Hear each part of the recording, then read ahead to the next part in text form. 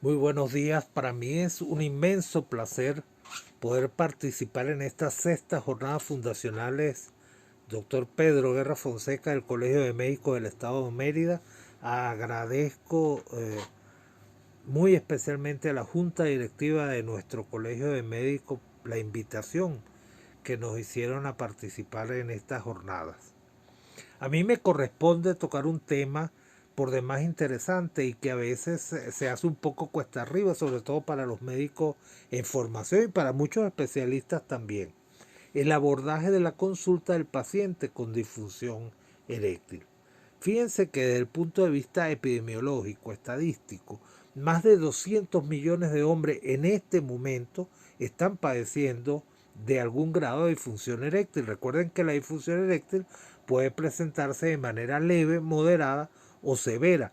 Yo me atrevería a decir que estas son estadísticas que no están actualizadas, porque ahorita con el tema de la pandemia y particularmente en nuestro país, con la crisis socioeconómica que estamos viviendo, esta cifra debe estar incrementada, porque no solamente tenemos la disfunción eréctil de origen físico, sino aquella también de origen emotivo.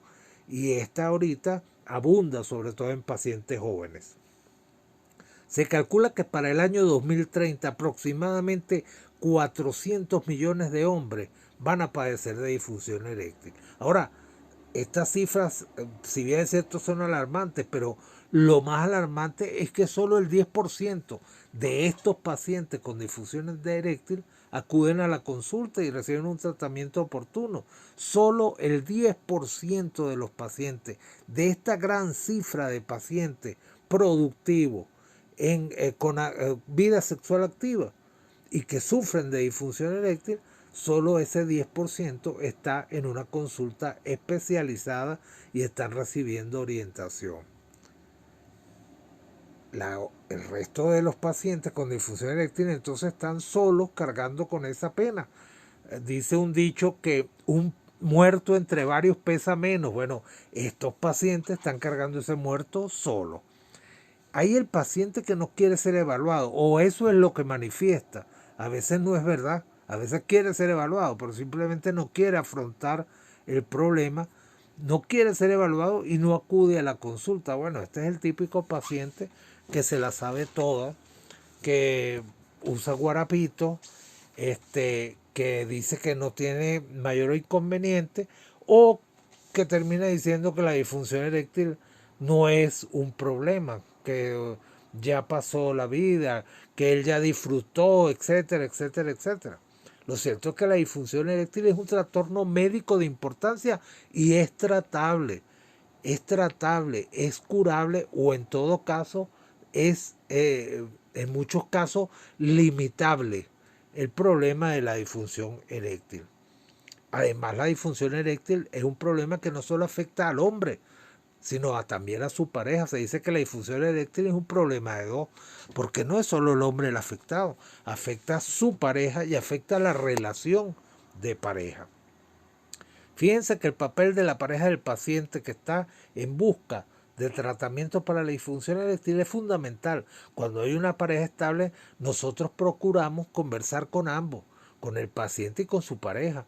El papel de la pareja del paciente es, entre otras cosas, es el de aproximarse al médico, porque son muchas las ocasiones en que no es el paciente el que acude a nosotros de manera directa. Primero viene la pareja, nos sondea, nos conversa y es ella la que termina solicitándole al paciente que busque la ayuda oportuna, que busque información, que busque tratamiento, de manera que es la pareja la que a veces nos trae al paciente, a veces obligado, ¿ah? A veces si quiere queriendo, como dice el dicho.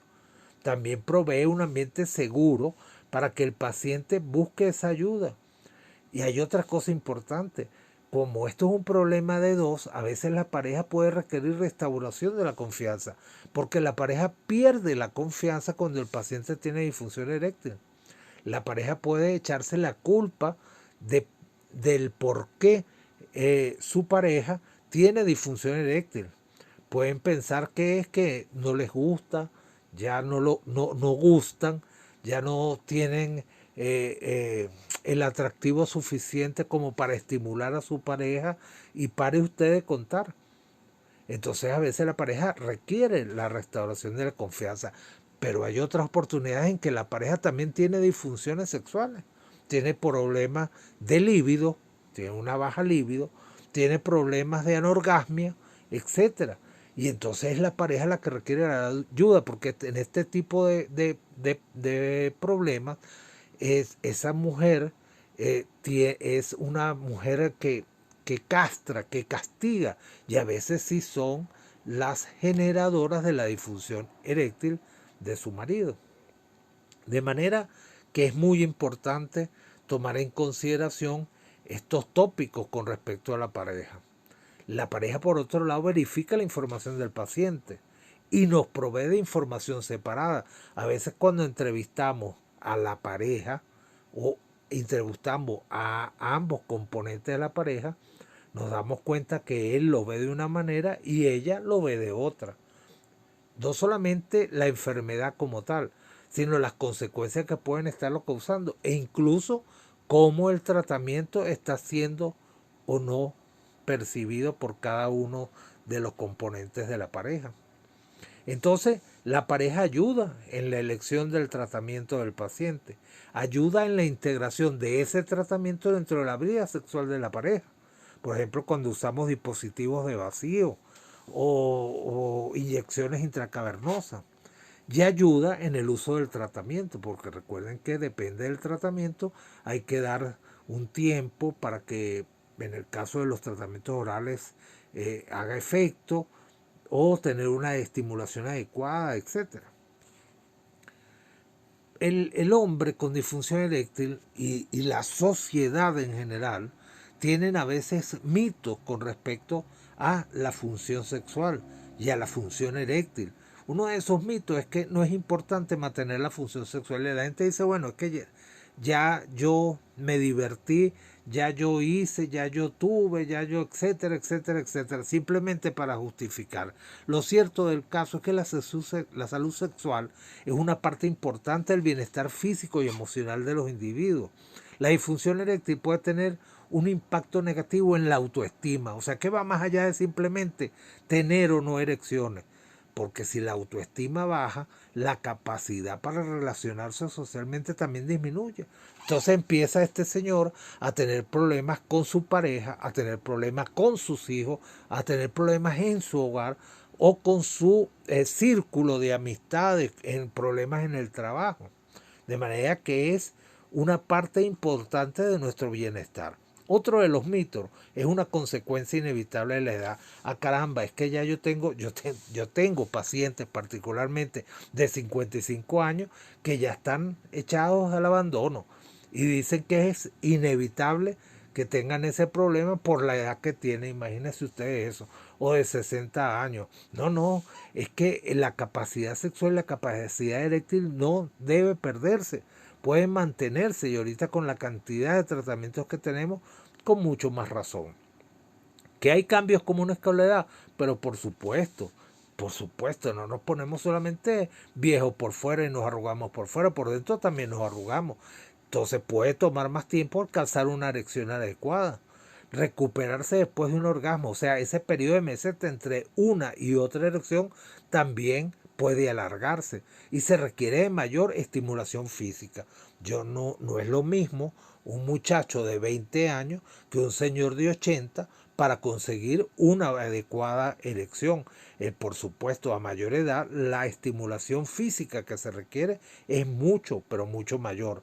Ahí es importante el trabajo que haga la pareja. Otro de los mitos, ah caramba, es que ya tengo disfunción eréctil y eso no tiene remedio. Ya estoy, listo, me acabé. La realidad es que hay muchas alternativas. Terapia y consejería sexual en el caso de aquellos pacientes con disfunción eréctil de origen emotivo. Modificar los hábitos de vida. Recuerden que el tabaco, la obesidad, el acúmulo de grasas, todos estos son factores que pueden ser agentes etiológicos para la disfunción eréctil. Entonces, modificando los hábitos de vida rápidamente puede recuperar un paciente su función eréctil normal. Tenemos los medicamentos orales. Desde que en el año 98 salió el Viagra, realmente hubo un cambio no solamente en la cantidad de terapias que existen para tratar la disfunción eréctil, sino en el conocimiento que tuvimos de lo que es la función sexual.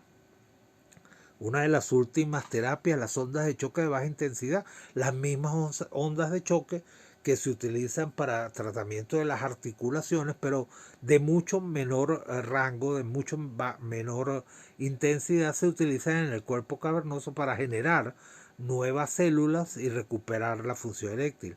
Medicamentos que se insertan en la uretra, medicamentos que se inyectan directamente en los cuerpos cavernosos, y finalmente los implantes quirúrgicos de prótesis penianas, que los hay de diferentes formas y de diferentes mecanismos de acción. Otro de los mitos es que la función sexual, la disfunción sexual está por completo en la mente, y esto fue una creencia que hasta el año 98 se tuvo. Fíjense que eran prácticamente los psiquiatras y los psicólogos clínicos los que trataban la disfunción sexual. El resto de los médicos estábamos un poco como la guayabera por fuera. Pero lo cierto es que la mayoría de los casos están asociados a enfermedades de tipo crónico. Que los factores psicológicos también desempeñan un papel importante, esto es verdadero. Y como dije al principio, hoy día, con toda la crisis que estamos viviendo, la crisis social que estamos viviendo y este problema de pandemia mundial, por supuesto que los factores emotivos juegan un papel preponderante. Pero cada caso debe ser individualizado. Se acepta hoy que la mayoría de los casos son de origen multifactorial. Recuerden ustedes enfermedades como la diabetes, enfermedades como la hipertensión, que terminan afectando el endotelio vascular y los nervios, la transmisión del impulso nervioso, pueden generar, incluso pueden generar la enfermedad del endotelio como primer aspecto, una disfunción eréctil.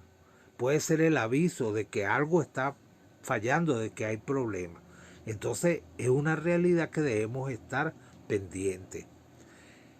El otro tipo de paciente, aquel que no quiere ser evaluado, pero va a consulta por otro motivo. Este es el que llega porque, no sé, le dolió el testículo o tiene problemas miccionales, etcétera, pero no nos consulta por la disfunción eréctil que tiene. A veces el paciente, cuando se para y está abriendo la puerta para salir del consultorio, es que nos dice: ah, doctor, por cierto, mire, yo le quería hacer una pregunta, y entonces vuelve a empezar la consulta, ¿ok? O nos pregunta por el caso de un hermano, del primo, del papá. No es porque él lo esté sufriendo, sino por el caso de algún otro paciente que es su amigo o su familiar. Lo cierto es que las diferentes culturas tienen distintos sistemas de creencia, no solo sobre la enfermedad, también sobre los médicos. Depende de la cultura, ven al médico de manera diferente. Hay culturas donde el médico tiene un gran poder desde el punto de vista emocional sobre el paciente. Nuestras culturas orígenes, el chamán es una persona con un poder dentro de la tribu fenomenal. Y así pasa en ciertas culturas con los médicos. Los antecedentes culturales que tienen nuestros pacientes pueden afectar la comodidad de un individuo para discutir asuntos sexuales. Hay culturas que más abiertamente nos hablan del sexo, y hay culturas muchísimo más cerradas. Incluso personas con antecedentes culturales similares pueden tener diferentes actitudes sobre este tema particular del sexo. Con respecto a la comunicación médico-paciente, la discusión de estos temas sexuales, estadísticamente conocemos por una serie de estudios que se han realizado que los pacientes prefieren que los médicos iniciemos la discusión de los temas sexuales. Ojo, los médicos iniciemos. Vamos a aquel paciente que acude a consulta por otro motivo y no nos habla de su disfunción eréctil. Pero si nosotros le preguntamos: epa amigo, ¿cómo está su función sexual? ¿Cómo están las erecciones? Ah, bueno, ahí esta persona se va a hablar, pero de manera atragantada de una cantidad de cosas que hubiese mantenido en silencio si no somos nosotros los que iniciamos la conversación. Fíjense que el tiempo promedio de la visita al médico es aproximadamente unos 20 minutos. Si a esto le sumamos, en el caso de algunos médicos que no dejan el celular, donde hay interrupciones porque la secretaria, la enfermera los interrumpe, pues a veces estos 20 minutos se reducen a menos de 20 minutos. Cuando hay la consulta, la información, dar información es un componente importante de lado y lado. Se dice que aproximadamente 28% de la información la da el paciente y el médico da un 4% de la información. Si a esto le sumamos el 2,6%, que es el tiempo que el paciente va a utilizar para hacer preguntas, pues evidentemente es mayor la información del paciente que la que nos da el médico. Esto hay que tomarlo en consideración si queremos una consulta que realmente sea efectiva. Las creencias del paciente y las creencias del médico. Hay creencias esenciales, creencias de formación, de principio, de familia, filosofía, ¿ok? Personalidad de origen familiar y las influencias, por supuesto, socioculturales. Esto hace que esta comunicación sobre difusión eréctil y sobre temas sexuales en general sea difícil para muchas personas. Aproximadamente el 90% de los pacientes con disfunción eréctil, recuérdense que no busca tratamiento. Dijimos que solo el 10% está en una consulta especializada. Sin embargo, visitan al médico por otros motivos, como dijimos anteriormente. Es deber entonces nuestro, deber del médico. No importa si es un médico general, si es un médico cardiólogo, si es un médico internista o si es el urólogo, debe preguntarle al paciente cómo está la esfera sexual. Si está en capacidad de tratarlo, lo trata. Y si no, lo refiere a un especialista de su confianza para que trate este tema con el paciente. Pero siempre debemos recordar que ese paciente que está allí está solo con su pena, está solo cargando ese muerto y muchas veces requiere, necesita de la ayuda profesional, pero no se atreve a buscarla por el tabú, por el mito, etc. De manera, y ya finalizando, tenemos herramientas para una comunicación productiva. Debemos saber escuchar, debemos dar respuestas amables, debemos tener un nivel de lenguaje apropiado para cada paciente. Por eso es que la consulta es individualizable y deberemos verificar la información que ese paciente recibe. Tenemos que saber si ese paciente nos entendió. Le voy a decir una anécdota rapidito. Cuando hace ya muchos años, cuando estábamos iniciando con las terapias con la pastilla azul, yo le expliqué a una pareja cómo se tomaba, que era una pastilla que no se podía tomar con comidas ni con bebidas abundantes porque perdiera el efecto, que había que esperar una hora, y les dije que requerían de un estímulo adecuado, que no era una pastilla que se iba a tomar el paciente y que iba a tener una erección automática, no, que ellos tenían que realizar su actividad sexual normal para tener el estímulo apropiado y que la pastilla hiciera su trabajo. Lo cierto es que, pues, como a los 20 y tantos días regresa la pareja, me dice que esa pastilla no sirve para absolutamente nada, que tiene 20 días tomándosela todas las noches y que no pasa nada, se quedan dormidos esperando la erección. Imagínense, yo le había explicado, pero el paciente no me había entendido, ni él ni su esposa. Entonces es importantísimo que verifiquemos que el paciente nos entendió, no solamente las instrucciones del tratamiento, que nos entendió cuál es el problema que tiene y cómo se debe solucionar. Esto se llama empatía. Debemos aprender a escuchar, debemos aprender a comprender a nuestros pacientes y debemos aprender a responder en un nivel adecuado a cada paciente en particular. Están las señales no verbales, señales que se observan cuando no se corresponde lo que el paciente nos dice con su actitud, con su aspecto físico. ¿Ah? Ese paciente que te dice que está bien y sin embargo tiene el ceño fruncido, está con los ojos tristes, está con los brazos entrelazados. Hay que aprender a leer las señales no verbales, que a veces son tan importantes como lo que el paciente puede manifestarnos con palabras. Nosotros los médicos tenemos la posibilidad de realizar preguntas abiertas y preguntas cerradas de acuerdo a la necesidad que tengamos de respuesta del paciente. Las preguntas abiertas motivan más que un sí y un no por parte de nuestros pacientes y son guiadas por el paciente. Si yo le pregunto, amigo, ¿cómo están las relaciones de pareja? ¿Están bien? ¿Tienen algún tipo de problema? Le estoy dando chance a que ese paciente se abra y me cuente lo que él está padeciendo o no está padeciendo, cómo son sus relaciones, o sea, va más allá de un sí o un no. Pero también tenemos las preguntas cerradas, que motivan simplemente un sí o un no, o respuestas muy sencillas. Esas son guiadas por nosotros los médicos.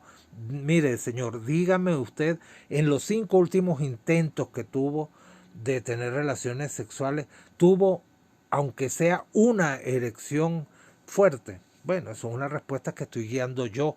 El paciente me dice sí o un no, o me da una respuesta muy, muy sencilla. Tenemos que aprender a utilizar estas preguntas de acuerdo a la necesidad que tengamos de información.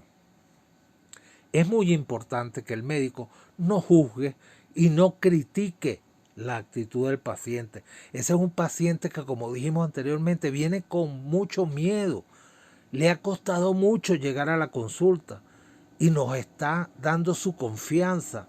Por eso es que este problema de la disfunción eréctil, no importa a quién sea el médico receptor de esta angustia, debe canalizarlo, debe orientarlo, de manera que no podemos juzgar o criticar, caer en ese juego de las críticas como que fuéramos amigos del barrio o que nos estamos echando palos en un bar y simplemente el que está al lado nos empieza a echar un cuento. No debemos participar entonces de manera personal, y cuando esto sucede o el paciente nos quiere llevar, debemos darle una nueva dirección a la conversación, debemos ser profesionales y el paciente así debe entenderlo.